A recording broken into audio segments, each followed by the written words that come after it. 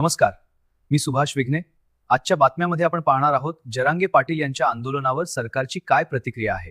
न्यायालय, कायदा आणि संविधान याच्या चौकटीत बसून कुठलाही निर्णय घ्यायला आम्ही तयार नाही। आणि विशेषतः मराठा समाजाच्या संदर्भात मी पुन्हा एकदा सांगतो, जेवढे निर्णय मी घेतले आणि शिंदे साहेबांनी घेतले एवढे इतिहासात कधी झाले नाही।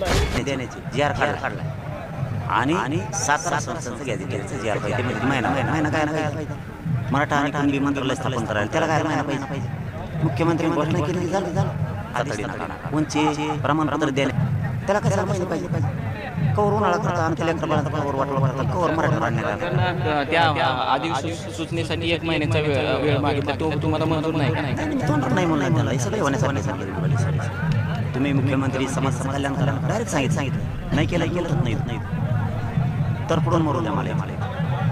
त्यांचं असे म्हणणं होतं की तुम्ही उपोषण करा, उपोषणाला ते नाही म्हणत नाही, स्थगित करू नका, पण जे काही तुम्हाला अभ्यासकांसोबत चर्चा करायची सावलीत बसून करा, तुमचं उपोषण हे सावलीत बसून करावं असं त्यांचं म्हणणं। समाजाला सावलीत बसवा अगोदर मी त्यांना सांगितलं, तुम्ही आमच्या समाजाचं कल्याण करा, नंतर आम्ही तुमचं ऐकू असं मिळायचं समोर तुम्ही समाजाचं कल्याण करा, आम्ही तुमचं ऐकू तुमच्या शब्दाच्या बाहेर मला इथं ऊन लागलं तर चटके तुम्हाला बसते, मग लवकर मी सावलीला बसल्यावर होणार नाही ते होणार। तुम्ही कधीपर्यंत वेळ सरकारला दिला आता सूचना काढा? आता ते आम्ही आमचे लोक येते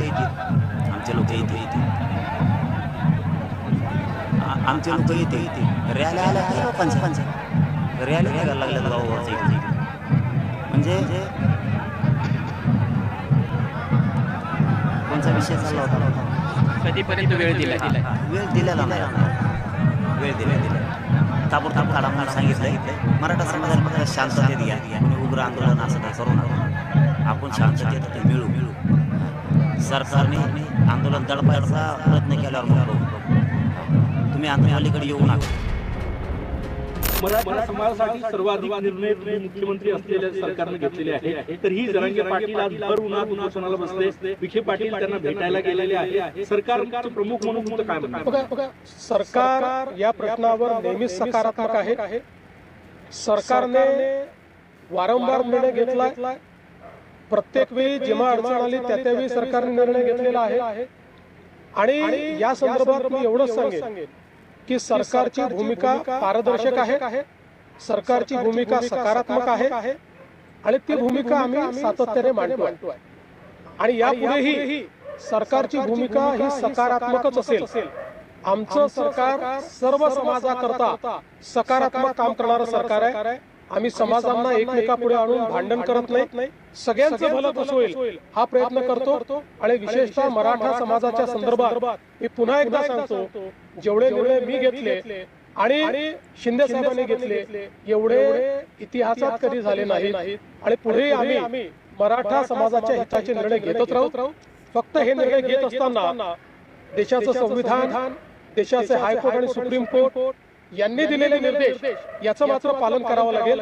त्या निर्देशांचा अवलंब न करता जर एखादा निर्णय घेतला तर त्यातनं केवळ प्रसिद्धी मिळेल, पण तो निर्णय टिकणार नाही। त्यामुळे संविधान आणि न्यायालयाचे निर्णय यांच्या कसोटीवर जे निर्णय आम्हाला घेता येतील त्याच्या कसोटीवर खरे ठरणारे जे निर्णय असतील ते सगळे निर्णय